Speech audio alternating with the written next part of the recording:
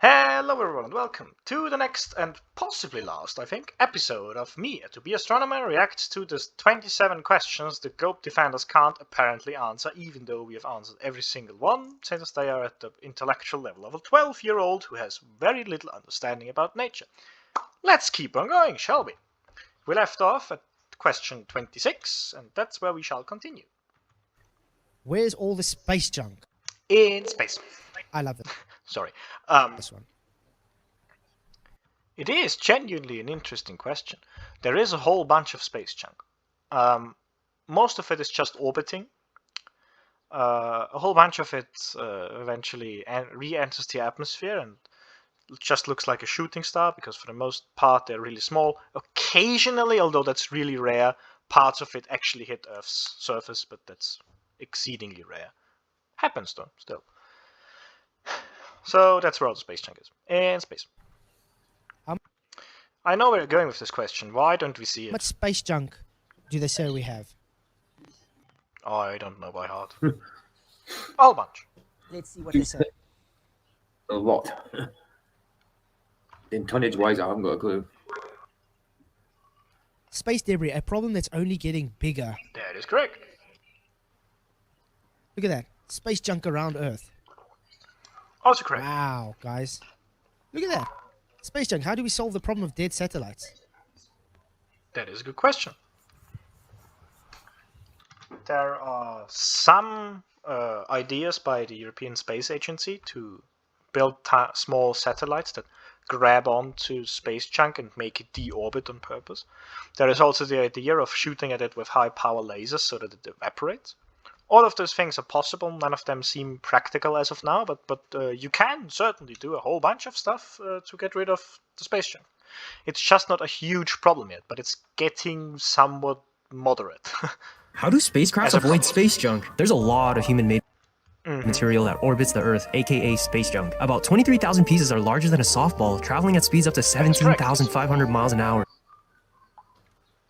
I think that makes a lot of sense. Is this question literally where's all the just space junk? incredulity? In space? What do you mean where is it? You literally just watched it. The problem is that it's so tiny you won't be able to see it. Can you calculate for me? He said a softball. Let's give him the benefit of the doubt and say it's way more than a softball. Let's say it's 1 cubic meter. No, it's a sphere with a radius of 0.5 meters, right? So 1 meter sphere in diameter. Right? And I give you even more benefit of the doubt, and I'm saying it's on the bright side. Can you calculate for me how big it would be and if you could see it? Since you're all that big on perspective, apparently. Echoing again. Yeah. Echo. It just comes and goes. It's fine now. Yeah, it's fine now. Godzilla, place that mug. There is a great example of an angular resolution. Do that again, but slower for full. Where should I place it, mate? Yeah, you had it in front of the camera. That was actually kind of neat. Place it. Is it me causing an echo? Is it me? Might be. Am I echoing? Yeah, I think it's this buddy. Mm-hmm. Right. Do you want me to jump out, join back in? Yeah, maybe, mate. Yeah. Sure. Thanks, man. So yeah, where's all the space junk, people? In space. It's floating about there, allegedly. I mean, how come there are rockets and shuttles and that? And you know what? Way to And not just that. Based on their gravity, mass attracts mass, correct? Why isn't the space junk coalescing to make a new moon? First of all, because it has velocity and as such, there are orbital laws. Secondly, it's very little, like mass-wise. How much mass, interesting question for you, Deflated, how much mass would you need to form a somewhat spherical object out of debris? Can you answer that question? I imagine you can't, but still. Also, because it's orbiting, one is going to be my great drawing from the last episode. If you have the Earth here, right? And because all of these things have velocity, so one of them is going to be here, the other one's going to be, let's say, here, and their velocity will point in that direction. But since they are attracted to the Earth, they also have a small component towards that direction. And this just continues, and they're going to orbit around it. It's not difficult. Those two will likely never reach each other. And if they do, the gravitational attraction between the two will be so little that they, for practical purposes, won't attract each other and just blow into smithereens if they have much of a velocity difference. Very basic again. Isn't it? A little space junk planet. Yeah. Yeah, man, that'd be cool. Why is that not happening? Or maybe it's because mass doesn't attract mass, and because they aren't in space because it violates the second law of thermodynamics. Could you tell me how it violates the second law of thermodynamics? With equations, preferably. I know that you can't, but I'm just asking, you know? Like a space junk moon is like something you'd see in Star Wars. It's all in Bermuda Triangle, isn't it? And Point Nemo. Okay, you guys ready for the last question? Aye. Why?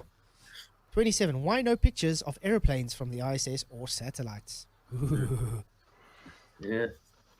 How big would an airplane be as viewed from the ISS? That'd be cool to see, wouldn't it? Get one. Or even from satellites, which are, for the most part, not all of them, but for the most part, even higher than the ISS by quite a substantial amount.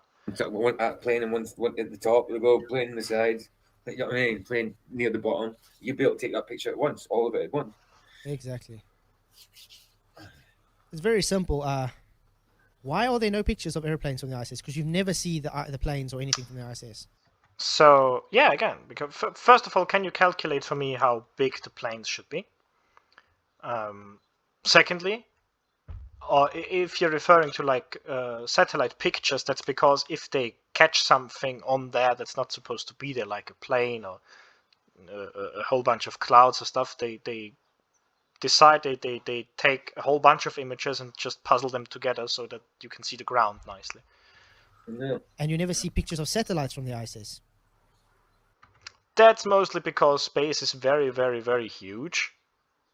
And there are frankly not that many satellites around. At least not like, of course, a CubeSat with 20 centimeters by 20 centimeters by 20 centimeters. Can you calculate for me?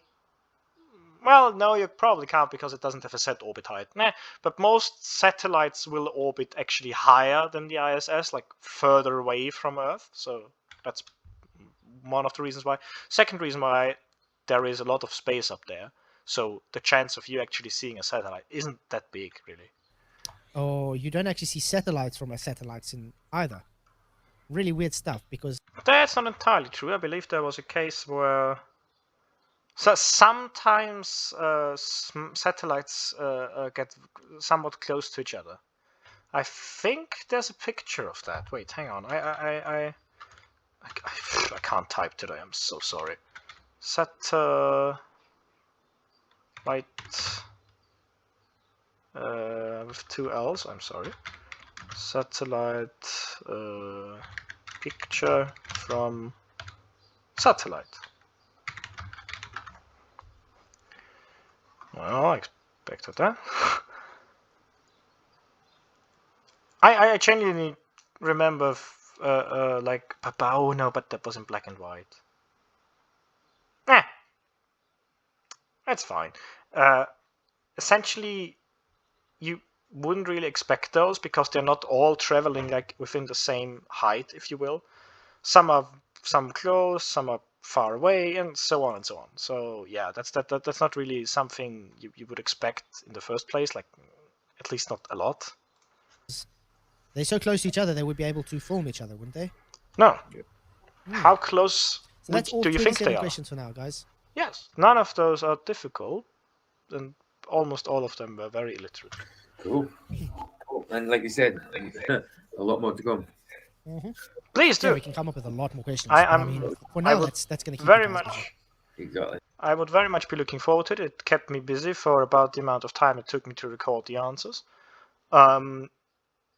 So, what are my conclusions and my take away, like my final words about the subject, about the 27 questions, almost all of them are very misunderstanding or ignorant or illiterate or something along those lines about the model that we say we live in.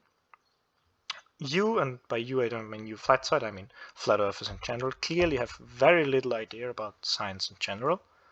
A lot of it was just personal incredulity. You failed to substantiate any of the claims with evidence, but that again, that makes you flat earthers. If you had evidence, you wouldn't be flat earthers. Yeah, none of those were difficult at all. And if you ever want to have a live chat, because you're one of the more civilized flat earthers, right? There are people like what's his name, Nathan Oakley it was, I believe. Nathan Oakley, who is just screaming. I would never talk to him, but I believe that you're one of the more civilized flat earthers. You've also had a couple of nice chats with Craig from FTFE.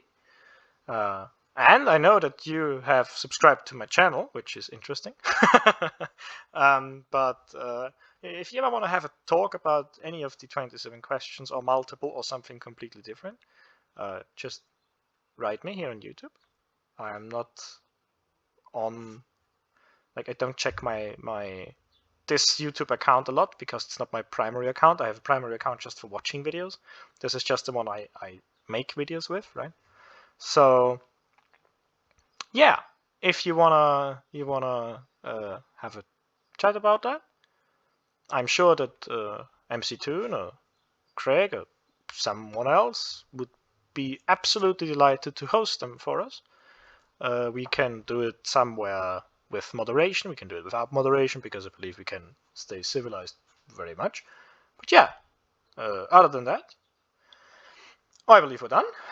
I thank you very much for watching. If you did enjoy the whole series, do consider leaving a like. If you enjoyed this video, do consider leaving a like.